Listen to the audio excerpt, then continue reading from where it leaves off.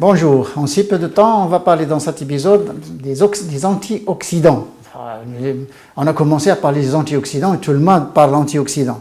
Antioxydants, c'est des composés chimiques qui se trouvent dans la nature et qui luttent contre les oxydations à l'intérieur du corps humain.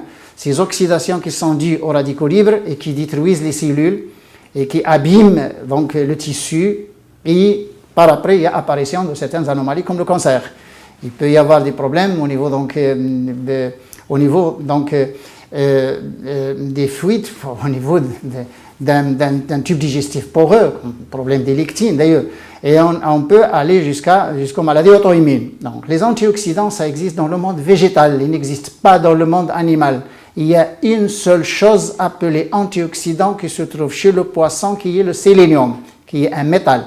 Sinon, tous les phytochimiques, tous les antioxydants se trouvent dans le monde végétal, y compris les algues marines. Donc, il n'existe pas d'antioxydants dans le monde animal.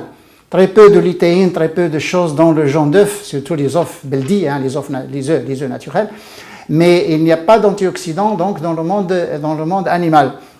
Et ces antioxydants, c'est très fort parce que ce sont les composés chimiques qui protègent le corps humain contre toutes les maladies. Je dis bien contre toutes les maladies. Contre le cancer, contre les allergies, contre les maladies auto-immunes, contre les inflammations du tube digestif, contre le chamboulage hormonal chez la femme, et contre le diabète, contre l'hypertension, contre toutes les maladies. C'est les phytochimies qui existent dans la nature, c'est ce qu'on appelle la fraction médicinale qui se trouve dans le monde végétal. C'est ces antioxydants. Tous les végétaux contiennent des antioxydants. On a les olives qui contiennent le lauropéine, tyrosol, hydroxytyrosol, c'est l'oléocanthal. Et on a par exemple le safran le safran très peu consommé, donc il n'existe pas. Donc vous savez, c'est une couleur jaune, donc qui est type flavone, c'est les flavonoïdes. Et on a les bêta-carotènes qui se trouvent dans tout ce qui est jaune, comme les abricots, comme les mangues, comme les choses comme la papaya, etc., comme certains types de melons, les melons jaunes, etc. Donc, et tous les végétaux contiennent ces choses-là, même les épices, comme par exemple la cannelle contient l'acide cinnamique ou l'aldéhyde cinnamique, il est un antioxydant. Et on a les grains de nigella qui contiennent la nigéline, et on a par exemple les pommes qui contiennent donc le camphorol et aussi l'acide élagique, qui avec le glucose donne l'élagitonine. On a ces composés qui sont le resveratrol dans les raisins, et puis le camphorol avec le tyrosol hydroxytyrosol donc de l'olivier.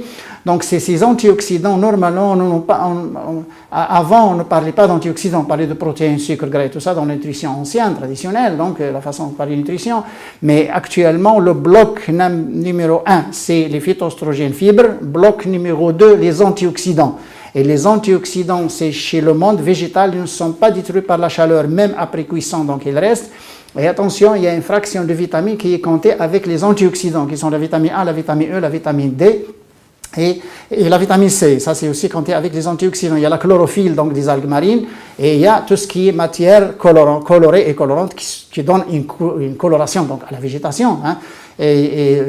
C'est la couleur là qui vous montre que c'est de la matière antioxydante. Et ces antioxydants, normalement, il faut qu'ils soient apportés, donc journalièrement, il faut qu'ils soient apportés par une quantité supérieure à 35 mg, 40 mg par jour pour protéger le corps contre toutes les maladies. Et même les gens qui ont des maladies, ils essaient d'augmenter donc ces antioxydants pour alléger un peu leur maladie. Donc à un autre épisode et au revoir.